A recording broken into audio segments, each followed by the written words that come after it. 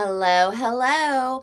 All right. Well, welcome to Library Lovers Week. I'm Gigi Howard, and I am doing this with Every Library for Every Library Live.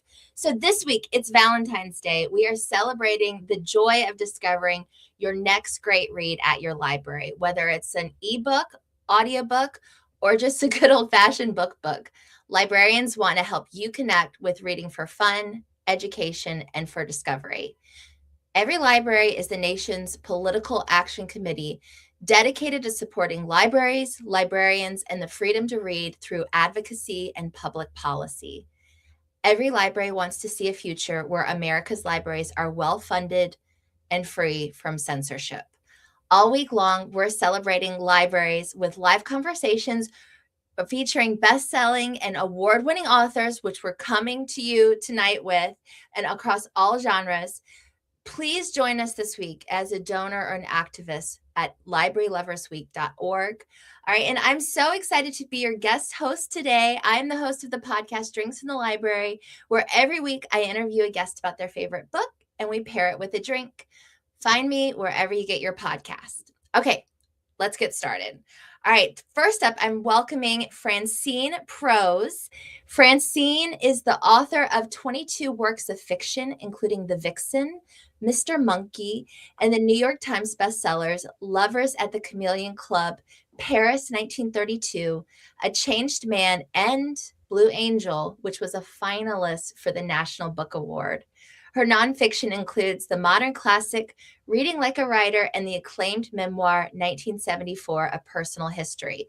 Also, her next book, which I've got right here, is 5 Weeks in the Country, and it depicts the true events of Hans Christian Andersen being an unwelcome guest in Charles Dickens' home. As the kids say, it does not go well. Francine is also the president of PEN America and a member of both the American Academy of Arts and Letters and the American Academy of Arts and Sciences. She is widely regarded as one of our most insightful and versatile contemporary writers. Francine, I'm so excited to be here with you tonight. Well, thank you so much. It's such a pleasure to be here. Thank you. Yes, awesome. All right, I also want to introduce our next guest as well. I've got Heather Morris. I've got your book right here. Heather Morris is the #1 internationally best-selling author and has sold over 18 million copies of her works worldwide. Her books include The Tattooist of Auschwitz, Silke's Journey, Three Sisters, Sisters Under the Rising Sun, Stories of Hope, and, as I said, the forthcoming The Wish, which is a contemporary novel we're excited to talk about tonight. She is a native of New Zealand, but now living in Australia, as we already covered. So, all right, ladies, I'm so excited to be here with you. I kind of want to just let's jump into the books. Francine, I'm going to start with you. Let's begin at the beginning. Tell us about 5 Weeks in the Country. What's the story and who are we following? Well, it's based on something that actually happened, which was in the summer of 1857. Hans Christian Andersen, already famous as a great short story fairy tale writer, was invited to visit Charles Dickens, who had moved to the country with his family. And Dickens then had 9 surviving children, and the family was kind of a mess at that moment. And Dickens showed up, Andersen showed up hardly speaking English, being incredibly awkward and socially ill at ease. And Dickens, of course, was outgoing and extroverted and, the man's man who showed Great Britain how to celebrate Christmas. And they each had very different hopes and expectations from this visit. And of course, because Dickens was kind of alienated from his family or becoming more alienated and going through what I guess we would call now a midlife crisis. He was in his late 40s. He was really unprepared to have a very difficult visitor. And Andersen was supposed to stay for a week, and he stayed for 5 weeks. So any of us who've ever had a guest, where you thought, okay, they'll be here for a little while, and it just went on in that interminable way. So that's part of the story, but it's also a story to me about about what it means to be a writer and have a domestic life and live in a family. I mean, there are always, Dickens feels it very intensely having 9 kids, but, no matter what kind of family you have, it's as if you're living in two different worlds at once. I mean, the world that you're creating and inventing, and then the very real world of your family that has its own demands and so forth. And Anderson, on the other hand, had almost no existence in the real world. He lived entirely in his imagination. So it was a very complicated and difficult, and finally, weirdly to me, funny sort of clash of personalities that took place in that house. Yeah, I mean, it sounds like my worst nightmare, someone coming and staying for 5 weeks. Well, it happens. It does happen. And what first sparked your idea for this book? Well, I'd heard about this actual fact for a long time, and also I'm like a huge Dickens fan and Hans Christian Andersen fan. So the idea of like what would it have been like for the two of them to get together, and also I'd been reading a lot of fairy tales, and I was sort of interested in what the imaginative process is that creates a fairy tale. Or Dickens, writing these insane novels with 400 characters in serial form. I mean, as a friend of mine wrote, was this guy from Mars? So he was like not from Mars. He was very much a human being.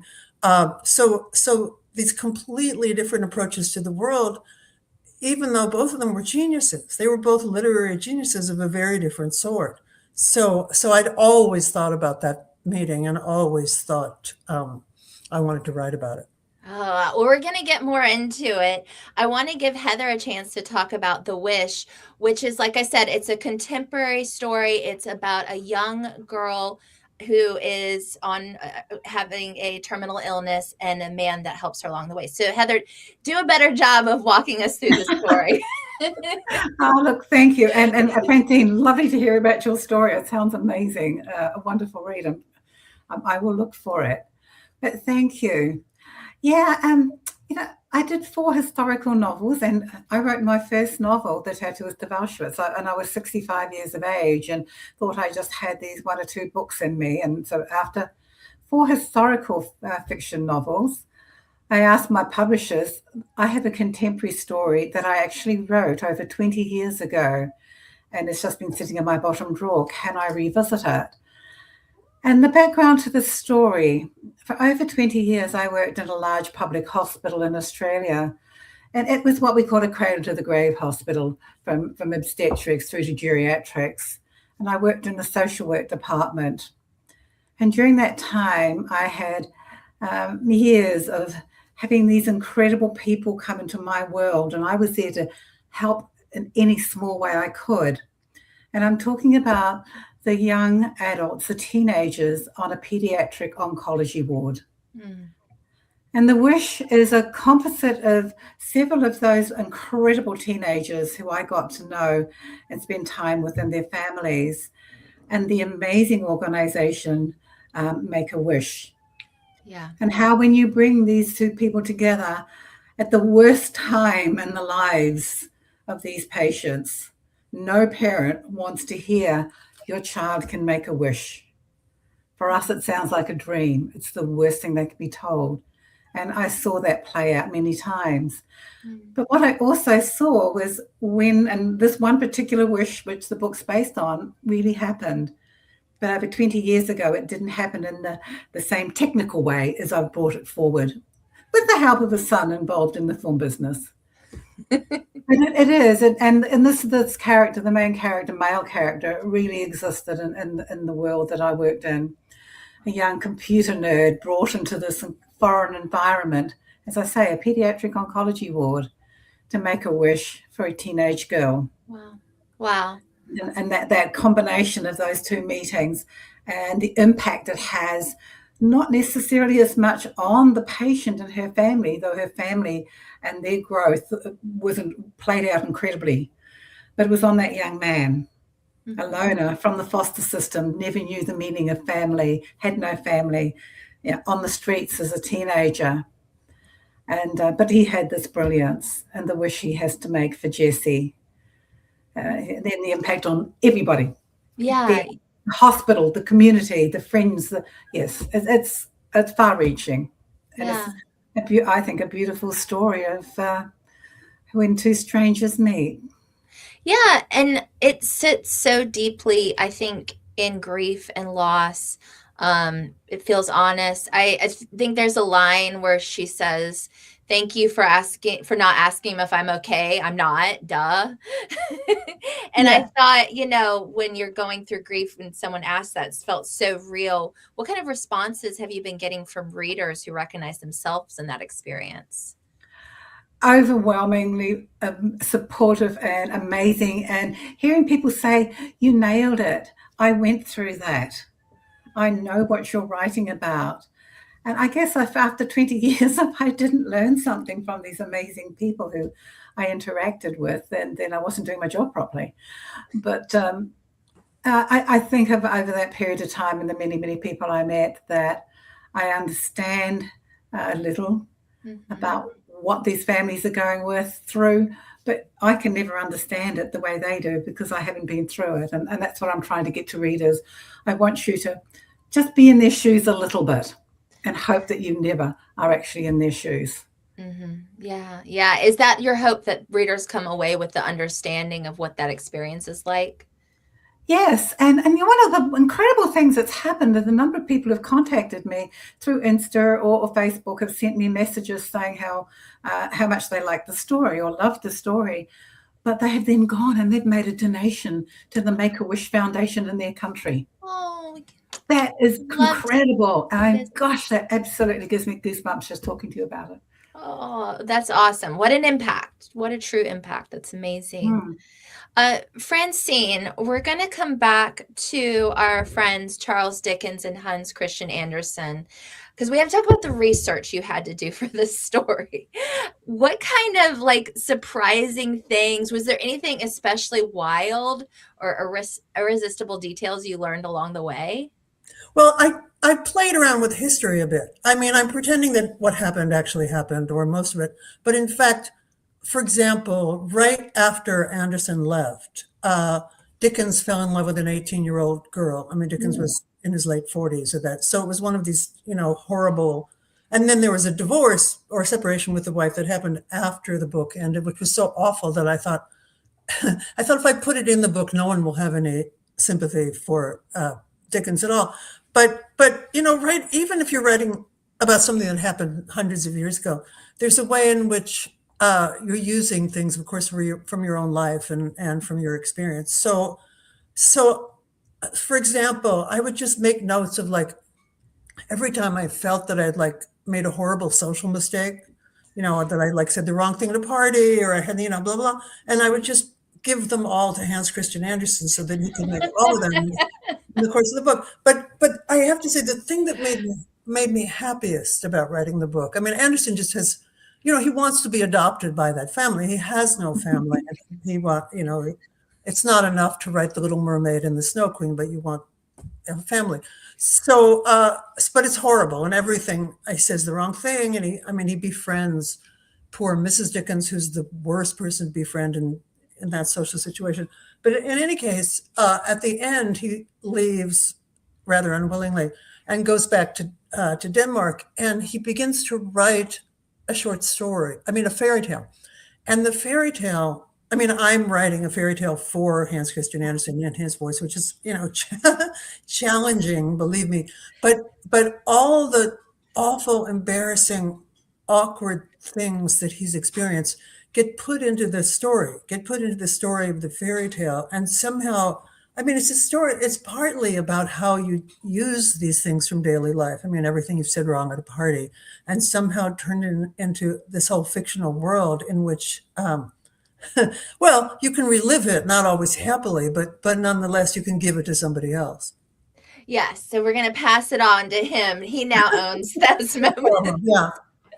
Yeah, it's really struck me how much he wanted to get into that family, and they just were like, "Oh, we cannot stand this guy." I know. Well, some of the things that happen that seem, I mean, this is always the case, but things that seem as if must have made them up actually happened. I mean, the fact is that Anderson arrives at the house, a complete mess. He's walked from the railway station, and blah, blah. And the minute he sees Charles Dickens, he faints. He just passes out, which sounds like something you kind of couldn't make up, but that is actually how it happened. So that was his introduction to the Dickens household. I mean, he just says hello and then blacks out, and they all have to deal with he's overwrought. It's quite an entrance. I wanted to talk about, both of y'all have written obviously historical fiction, right? And you've also written now contemporary fiction. What are your different approaches to those as a writer? Which one feels more like home? Heather, do you want to kick us off? Because this is your first contemporary novel, right? Yeah, look, it'll probably be my last two, actually. Oh, okay. I'm going back into my lane and going back to historical fiction. And one of the things that writing the Wish that I did not anticipate happened. Writing the historical fiction stories I met people who were connected to them. And in the case of the tattooist Lully himself, the three sisters, two of the surviving sisters, Livy and Magda.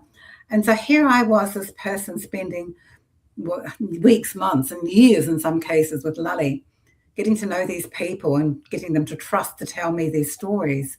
And yes, I absolutely saw their pain and their guilt and their trauma and reliving these memories.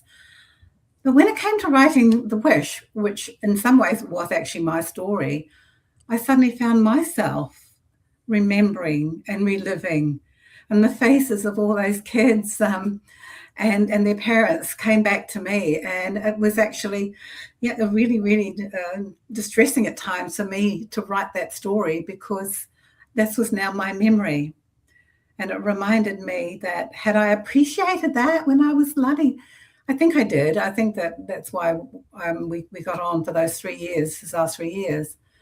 But so yes, it's I think I'm better suited to telling somebody else's story than my own. And that makes me, I suppose, a little bit gutless and a bit of a coward. I don't want to go there, but hey guys, I'm prepared to ask any of you to go there if you've got a story I want to hear. Yeah. Okay. All right. Well, thank you. Hey, listen, Francine, can I ask Francine a quick question? Oh, I'd love that. Is there an author you can think of that if you knocked on their door and they said hello to you, that you would faint? Well, I've had experiences with writers I've worshipped, and it was always super interesting, and it never turned out the way. I mean, the one that comes to mind, I met Mavis Gallant in Paris, and she's a real idol of mine. So there was a dinner, and I sat there just waiting for some word of wisdom, just tell me something that I can, so just waiting. And she knew it, and she was kind of messing with me. And finally, at the end of the dinner, she said, I have a word of advice for you. And I was just like, and she said, my doctor said, don't drink cheap wine because it rots your liver. And that was my words of wisdom. I mean, I actually hadn't before, and I certainly haven't since then, but I loved it just as much that she sort of knew where I was at, and she just wasn't going to give me. But no, I didn't faint. I just was like, Well, thank you. And I didn't mean to hijack. No. And you? So back over to you, Francine. What would be your answer to that question? Have you ever felt faint in the presence of a literary title? No, but the one person who I think I would have been absolutely in awe of and wouldn't have been able to speak is Hilary Mantel. Yes. Yeah. She's an icon for sure. Yeah. Sure. Yes. Yeah. Heather, thank you for that question. I love it. I'm going to take some pages out of your book. That was awesome. I wanted to ask, talking about like writing and craft, like what's one piece of advice you would give an author today, if they're just starting out, especially? Yeah. Oh, I don't know. Well, for one thing, I'm really envious if they're just starting out, because there's a kind of joy about writing your first novel or your first story or something that you can't possibly recapture because you're really doing it for yourself. I mean, there's nobody looking over your shoulder. It's, you don't have a publisher, you don't have an editor, you don't have critics, you don't have readers. And it's just, and I guess I would say to do everything you can to kind of recapture the feeling. I mean, that is that it's just about the work, and it's just about the pleasure you get from the work, and whatever you can do to put all those other things out of your head, like, is this going to get published? Is anyone going to like this? What's my mom going to say? any of that, just, however you can, I mean, I'm sure that's different for different people, but whatever you can do to just let that go and just try and get some joy out of what you're doing. I love that. Heather, how about you? And look, the way I approach my writing, given that I started this very late in life and I'd never had a writing lesson, so I really didn't know what I was doing. But I use music. And before I know the story I'm going to write, and it's researched within an inch of its life, and just before I decide to actually now I'm going to write this story, I would choose a piece of music that I think is going to help put me in the zone.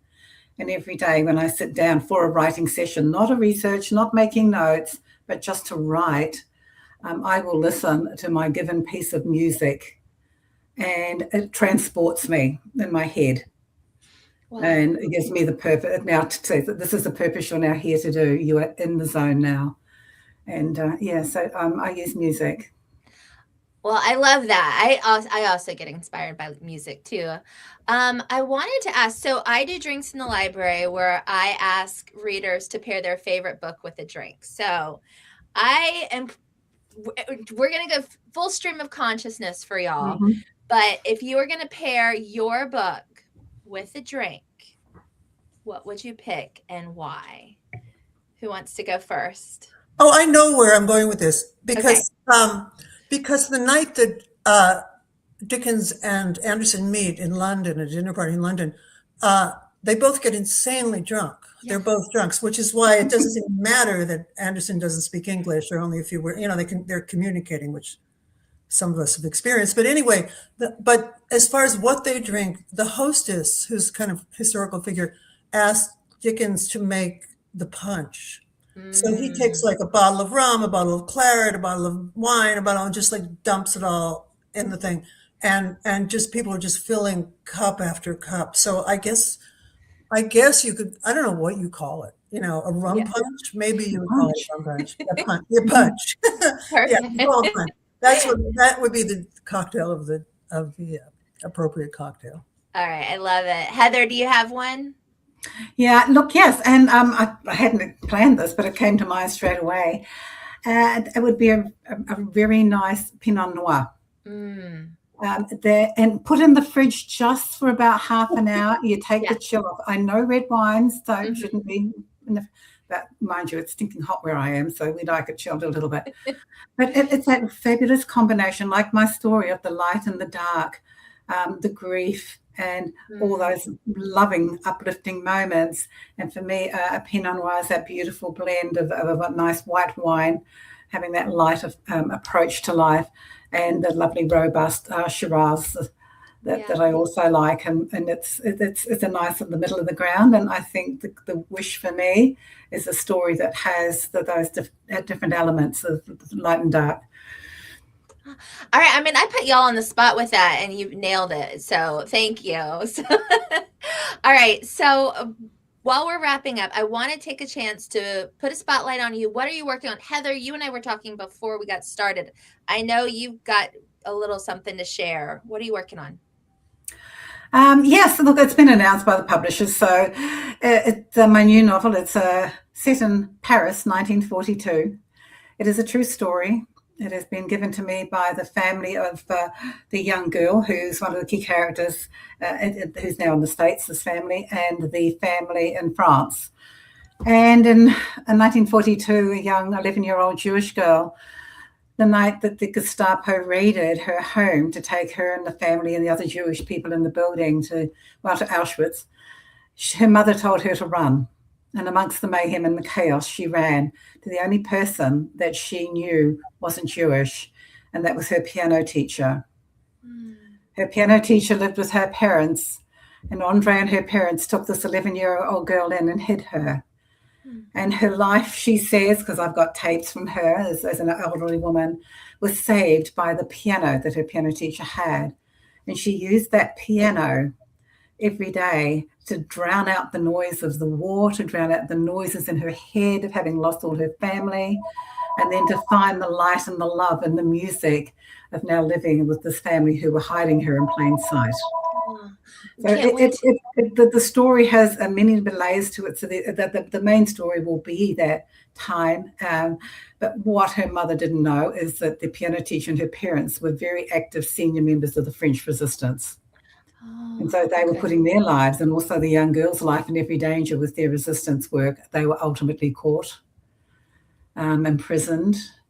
And in the wash-up in the end of it, when that young girl was reunited with the piano teacher and her mum, she then went to school, finished school, got a teaching degree in Paris, and then moved to New York. Okay. And in New York, she met a man, married a man, and she took him back to Paris to meet her, what was now her mum and grandmother. And as a wedding present, the piano teacher gave her that piano. Oh. And it was brought back to New York. And she taught her 3 daughters. And then she taught one of her granddaughters. And her granddaughter, an incredible composer called Cara Talvi, she works for Hans Zimmer, 80 years after the end of the war, that piano that saved her grandmother's life. Cara used that piano to compose the music that formed and was in the miniseries of The Tattooist of Auschwitz. Wow. Wow. That really, it's all tied together. That's amazing. The piano teacher of Montparnasse. Okay. We can't wait to read it. Thank you. Francine, what about you? What have you got coming up? I'm writing a book called The Witches, and it's a nonfiction book about Macbeth. It started because one of my granddaughters, who was in high school at that point, came home and said she'd read Macbeth for school and she'd been bored. And I was like, no, that can't. So it's about sort of Macbeth, the play. It's a close reading of the play, and then all the cultural things. I mean, for example, the Macbeth superstition that you can't, if you say the word Macbeth in the theater, unless you're actually rehearsing the play, something horrible will happen. So the book begins with just 4 pages of the documented horrible things that have happened in theaters during the Macbeth. I mean, for example, the first thing in the book is when Chris Rock was slapped on stage, by Will Smith. Mm-hmm. Everyone thought it was because he made a joke about Smith's wife, but in fact, people were saying, well, the reason it happened was that Chris Rock had just finished congratulating Denzel Washington on his performance in Macbeth. And so things got, so it just goes on and on. And the thing is, I mean, it goes on forever, but I thought, before it gets to page 3, it's not that funny.